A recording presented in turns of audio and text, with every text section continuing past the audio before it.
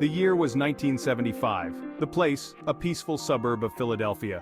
8-year-old Gretchen Harrington, with her infectious smile, was the darling of her family and community.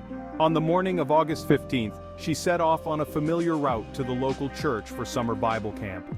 It was a walk she had taken countless times before, but on this day, the ordinary took a sinister turn. Gretchen never reached her destination.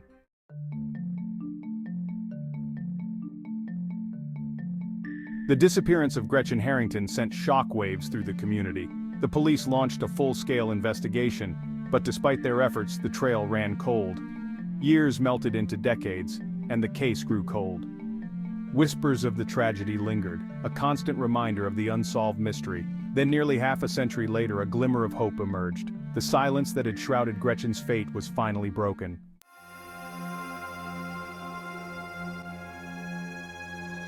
In 2023, David Zanstra, a former pastor, was arrested and charged with Gretchen's murder. The arrest sent shockwaves through the community, reopening old wounds. How could someone entrusted with their spiritual well-being perpetrate such a heinous act? This is the story of a decades-long search for justice, a community forever scarred, and a young life tragically cut short.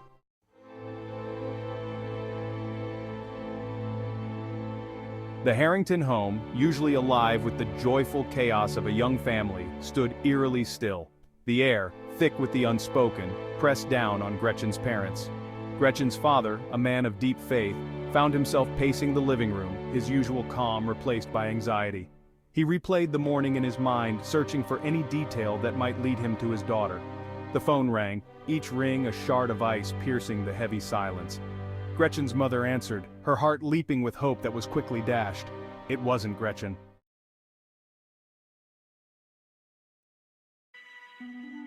Word of Gretchen's disappearance spread through the community like wildfire. Neighbors gathered in small groups, their hushed whispers a stark contrast to the usual sounds of summer. The search for Gretchen became a frantic race against time. Volunteers armed with flashlights fanned out across the neighborhood. The police followed every lead, no matter how insignificant. As days turned into nights, the initial shock gave way to a weary resignation. The community, united in their grief, refused to give up hope.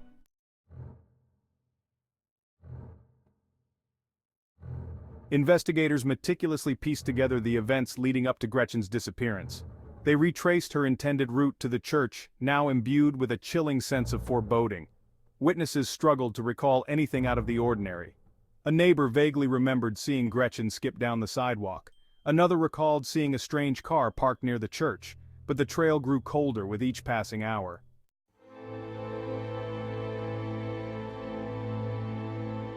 Two months after Gretchen's disappearance, the community's worst fears were confirmed. Gretchen's remains were found hidden beneath a thicket of trees in Ridley Creek State Park. The news of Gretchen's fate sent shockwaves through the community. The investigation, now a murder inquiry, intensified. The police vowed to leave no stone unturned in their pursuit of Gretchen's killer. But despite their efforts, the investigation stalled. Leads ran cold, and the killer remained at large. Gretchen's murder became a haunting cold case.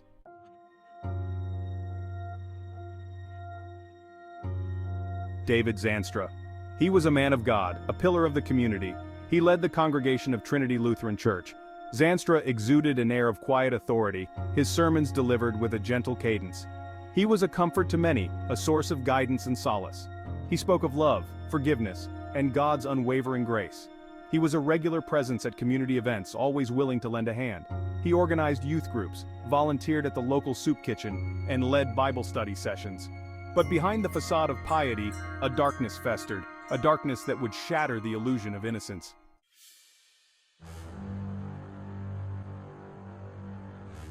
From the outset, Zanstra's name surfaced in the investigation.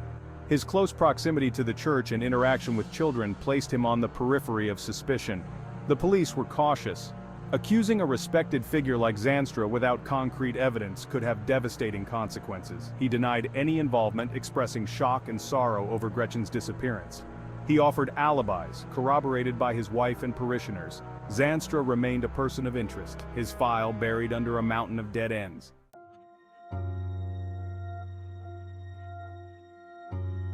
The years that followed Gretchen's disappearance were a time of profound change. The community, while marked by the tragedy, slowly began to heal. Life went on, as it always does.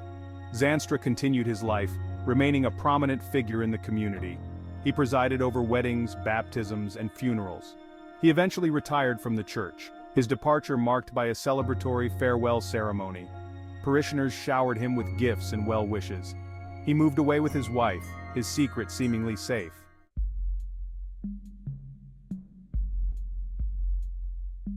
The investigation into Gretchen's murder never truly closed. Detectives revisited the evidence, interviewed potential witnesses, and chased down every lead. But each avenue of inquiry led to a dead end. The passage of time did little to ease the pain of Gretchen's family. They prayed for justice, for closure, for peace. The case went cold, then hot, then cold again. A frustrating cycle of fleeting hope and crushing disappointment.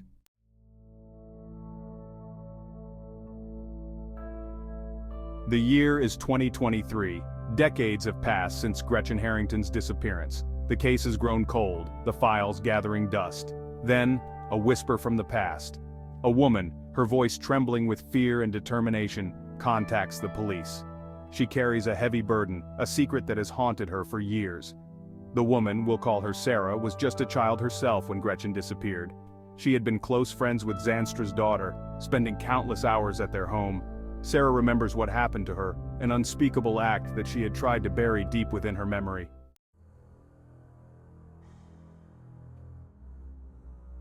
One night during a sleepover at the Zanstra house, Sarah woke to a terrifying sensation. Zanstra, the man she had been taught to trust, was touching her inappropriately. Confused, terrified, and ashamed, Sarah confided in her friend, Zanstra's daughter. Her friend's reaction was not what she expected. Instead of shock or disbelief, she met Sarah's revelation with a chilling calmness. "He does that sometimes," her friend whispered, "but you can't tell anyone." The words hung in the air, heavy with unspoken threats. Sarah, trapped in a web of fear, heeded her friend's warning. She kept the secret, hoping it would simply go away.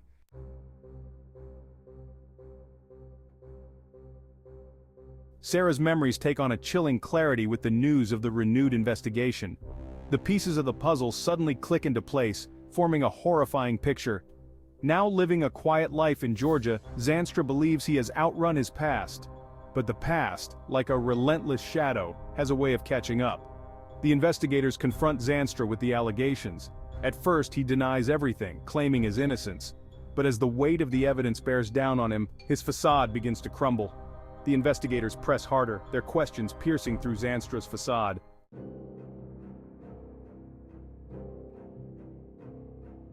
Section 1. A confession unfolds. Under the relentless pressure of the interrogation, faced with the undeniable evidence and the weight of his own conscience, Zanstra cracks. His facade of piety and respectability crumbles, revealing the monster that has lurked beneath the surface for decades. His confession, delivered in a voice raspy with guilt and shame, sends chills down the spines of the seasoned investigators. He describes how he lured Gretchen into his car, his heart pounding with a mixture of lust and something darker, something more sinister. He confesses to driving her to a secluded area, his mind racing, his thoughts a jumbled mix of desire and panic. He describes how he tried to force himself on her, his actions fueled by a twisted sense of entitlement and a complete disregard for the innocence he was about to destroy. And then, his voice breaking with emotion, he describes how he silenced her cries, how he took her life, his actions a desperate attempt to cover up his own depravity. The confession, a chilling testament to the depths of human depravity, leaves the investigators shaken to their core.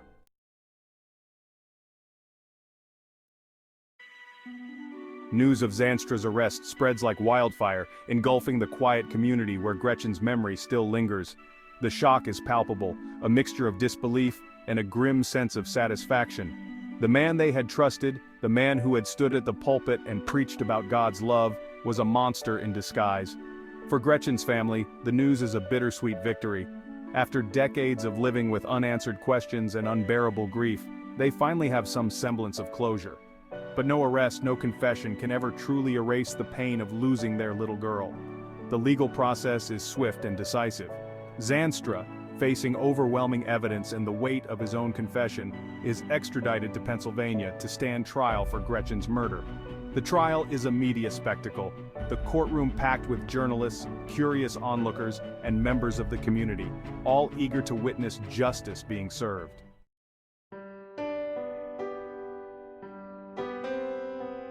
The trial is a harrowing experience for everyone involved. Witnesses, their memories clouded by time and trauma, relive the events that led to Gretchen's disappearance. Experts present forensic evidence, their cold clinical language doing little to mask the brutality of Zandstra's crimes. But perhaps the most impactful testimony comes from Sarah, the woman who, after all these years, finally found the courage to break her silence. Her voice, though shaky at first, grows stronger as she describes the abuse she suffered at the hands of the man she once trusted. Her words, a testament to the enduring power of truth and the importance of speaking out against abuse, resonate deeply with the jury. They see in her the countless other victims who have suffered in silence, their voices stifled by fear and shame.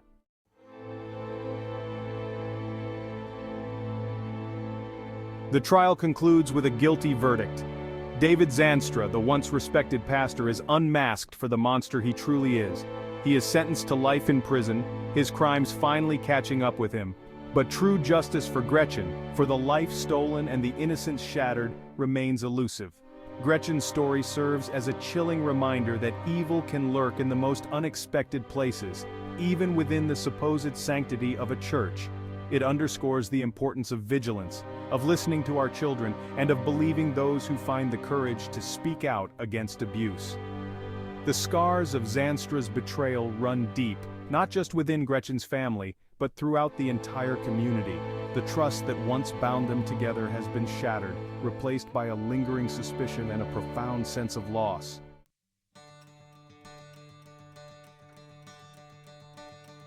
Gretchen's story is a stark reminder that the fight for justice never truly ends.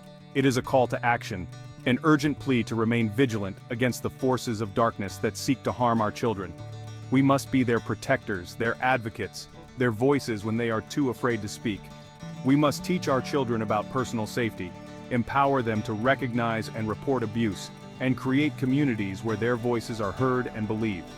We must confront the uncomfortable truths about abuse, challenge the systems that allow it to flourish, and hold perpetrators accountable for their actions. The memory of Gretchen Harrington, her infectious smile forever etched in our hearts, serves as a beacon of light in the darkness.